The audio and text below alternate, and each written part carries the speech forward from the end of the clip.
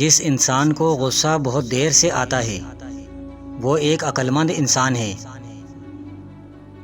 کسی بیوقوف کے ہاتھ پیغام بھیجنا اپنے پاؤں پر خود کلہاڑی مارنے کے برابر ہے۔ جاہل کے دل میں جو کچھ ہوتا ہے وہ ظاہر کرتا ہے، مگر دانشمند اسے آخر موقع تک چھپائے رکھتا ہے۔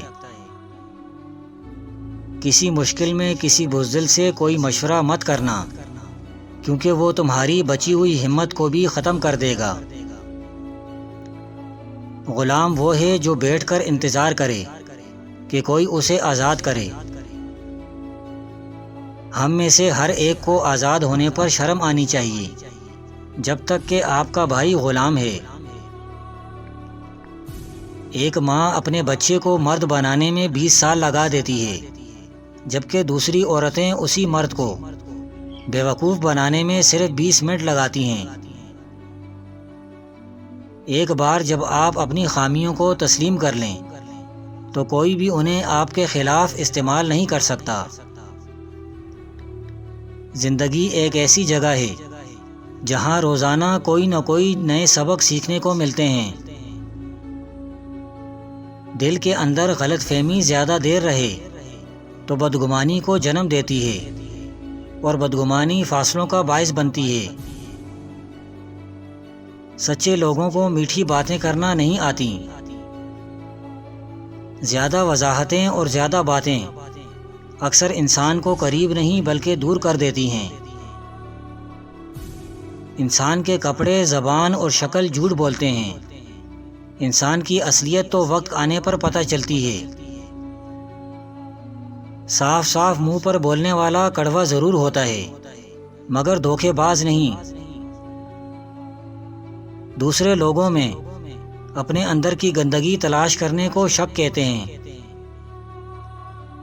جاہل اور عالم میں اگر رات بھر بھی بحث جاری رہے تو جاہل ہی جیتے گا۔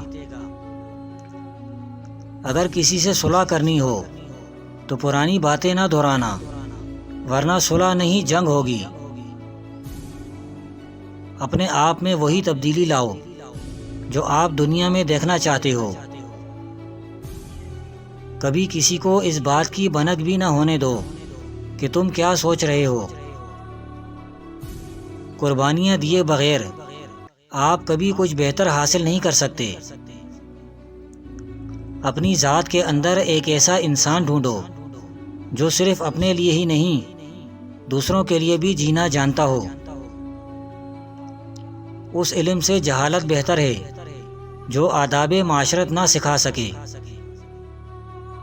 زندگی کی مصیبتیں کم کرنا چاہتے ہو تو زیادہ سے زیادہ مصروف رہو۔